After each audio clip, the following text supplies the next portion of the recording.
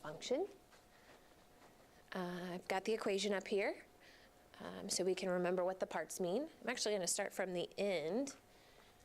That C value at the end is our asymptote. And by asymptote we mean that's the spot where the graph is leveling off. So if you look at this example we've got on the right, you can see that the graph is leveling off down at -6. And that's what our asymptote says, right? That our graph should level off at -6. So remember, this means it's getting closer and closer and closer.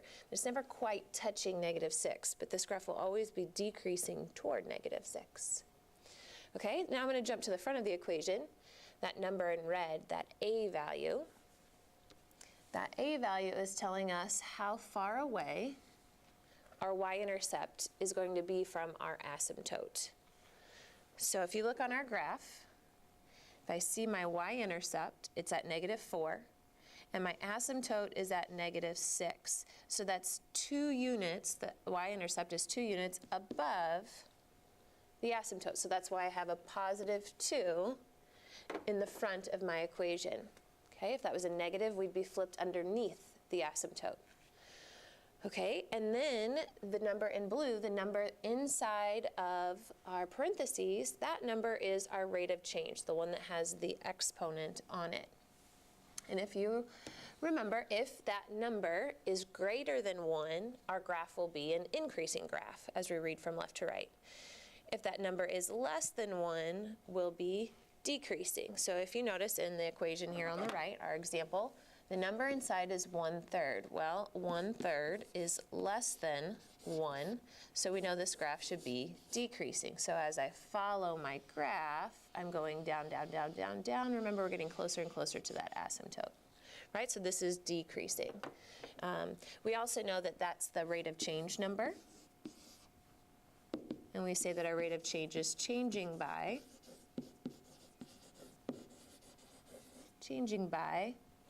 times b.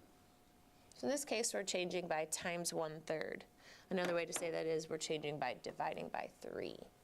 Okay, so let's do a couple. Make sure we can graph when we're given an exponential equation. So here's my first one. And we're going to work just like I did with our explanation. We're going to go with the asymptote first, the number at the end. Then we'll jump back to the front to get our first point. And then I'll show you how to do a table to get the rest of your points. So let's start with our asymptote. Our number at the end says we are at -7. So my asymptote is going to be a line straight across down at -7. Okay, and then I'm going to jump to my number in front, that 3. So that 3 tells me that I'm going to be 3 units. My y-intercept will be 3 units above my asymptote, which was at -7. So if I go over to my asymptote, is at -7, and I go 3 units above. So my y-intercept is going to be at 0, -4. Okay?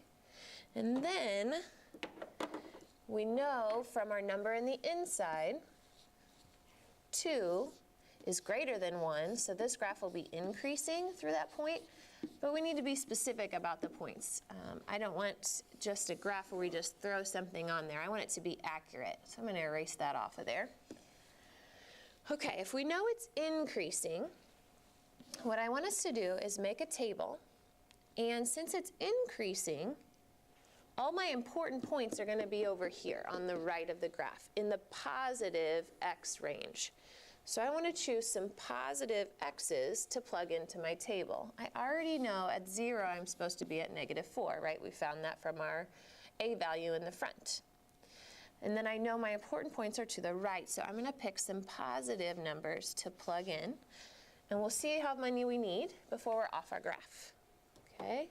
So I'll grab out my calculator, and I'm going to start with plugging in 1. So I would type into my calculator 3 parentheses 2 to the first, plugging in 1 for x, and see what I get out for y. So that's going to be 3 times 2 is 6. I'll get out -1. So I know I have the point 1, -1. Let me plot that. Okay, now I'll plug in 2. We'll see where we're at when x is 2. Okay, so I'll type that into my calculator. 12 minus 7 will be 5. So I'll be up at 2, 5. And then one more time, let's plug in 3 for x. See what we get out. 24 minus 7 will put us at 17, so we're off our graph at 3. So I have my points, all the ones that fit. I should be able to connect. And that's a much more accurate graph than the one we had on there, just drawing it through. And then we can double check our graph. We can look at our stair steps. That's what this last step is, step 4. If we check our stair steps, I've got a stair step that's 3, and a stair step that is, from -1 to 5 is 6. So if you notice, to get from 3 to 6, that pattern is times 2, and that's what my rate of change says, so I know I did it right. Okay, let's try another one. Again, we're going to start at the end. We can see that our asymptote's going to be at -10. So I'll go ahead and put my dashed line down at -10. Jump forward to the beginning. Got a 4 there, so I know my y-intercept is 4 units above my asymptote, which is at -10. So if I count 4 units above my asymptote, that puts me at -6. So my y-intercept is at 0, -6. Okay, so now I'm going to think about my table. But before I do that, I need to know, am I increasing or decreasing? So remember, that's the number inside. Since 1/2 is less than 1, I know that I'll be decreasing. So I know my graph is going to look something like this. It'll be falling through my y-intercept, but you know that I would like you to be more accurate. We know that we have more important points going on back here in the negative x values, right? I'm on the negative side of my graph. So when I do my table, I'm actually going to plug in some negatives. I'm going to do an upside down table though. I'm going to start with 0, -6. That's what our point was. But now I'm going to plug in some negative x's, and I'm going to go backwards in my table. Okay, so let me erase this guy, and let's be more accurate. All right, that y-intercept back on there. There we go. All right, so if I plug in -1, my equation is y equals 4 parentheses 1/2. We're plugging in -1 since our important points are backwards. We'll plug that into our calculator, and we will get -2 out. So at -1, we're at -2. Okay, and then y equals 4. We'll plug in -2 now. Keep going backwards. With that, we should get out 6. So -2, we're at 6. And then my next point, if I plug in -3, I think is going to be off my graph. 1/2 to the -3 minus 10. So that's going to give me, when I plug that in my calculator, 14. So yep, I'm off my graph. Can't plot that one. So let's connect the points we have. And I am falling through my y-intercept. I missed a point there. And then let's double check. Let's go through step 4 and double check our rate of change. So since our rate of change was 1/2, or the number inside the parentheses was 1/2, we know we should be dividing by 2. So I've got a stair step that's going down 8, and then a stair step that's going down 4. And the pattern between those is dividing by 2, or sometimes we call that times 1/2. Right? So I know it's doing what I'm supposed to do because it matches my rate of change number. Okay, one more example. All right, so again, starting at the end, got my number at the end is +1, so I know my asymptote is at +1 this time. We're a little bit higher in our graph this time.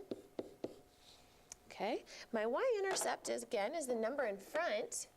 If you notice, I don't have a red number up in front. If that number is missing, we're just going to go ahead and write in a 1. Okay, so my y-intercept is 1 unit above my asymptote, which was at 1, right? So if I go 1 unit above my asymptote, I'm up at 2, so my y-intercept is at 0, 2. Okay, let's do our table. But we need to know if we're increasing or decreasing. So check out that number in parentheses. Since 3 is greater than 1, we know we're increasing. So our graph is going to look something like this, although you know I want it to be more accurate. We know our important points are going to be happening on the right side of our graph, on the positive x values. So when I make my table, I want to choose, after my y-intercept, I want to choose positive numbers since it's increasing, and we'll see how many fit. I think this one is going to go off our graph pretty quickly. Okay, so let's plug in. We already know 0 is 2. Let's plug in 1 for x, see what we get out of our equation. So 1 in for x. Plug that into our calculator, and we should get out 4. 1, 4. So up there. Let's plug in 2, see what we get out. Okay. If you plug that in your calculator, you should get out 10, which means we're already at our highest point that will fit on our graph, so we don't need to do 3. Go ahead and connect those guys. So this is increasing. And then we can double check our rate. Right? We're going to double check our rate. So our number inside the parentheses was 3. That tells me my stair step should be multiplying by 3. So that first stair step is a 2. The next one is a 6. And to get from 2 to 6, I do times by 3. So I know I did it right. Okay, so that was graphing using the asymptote, the y-intercept, and a table to get the rest of your points.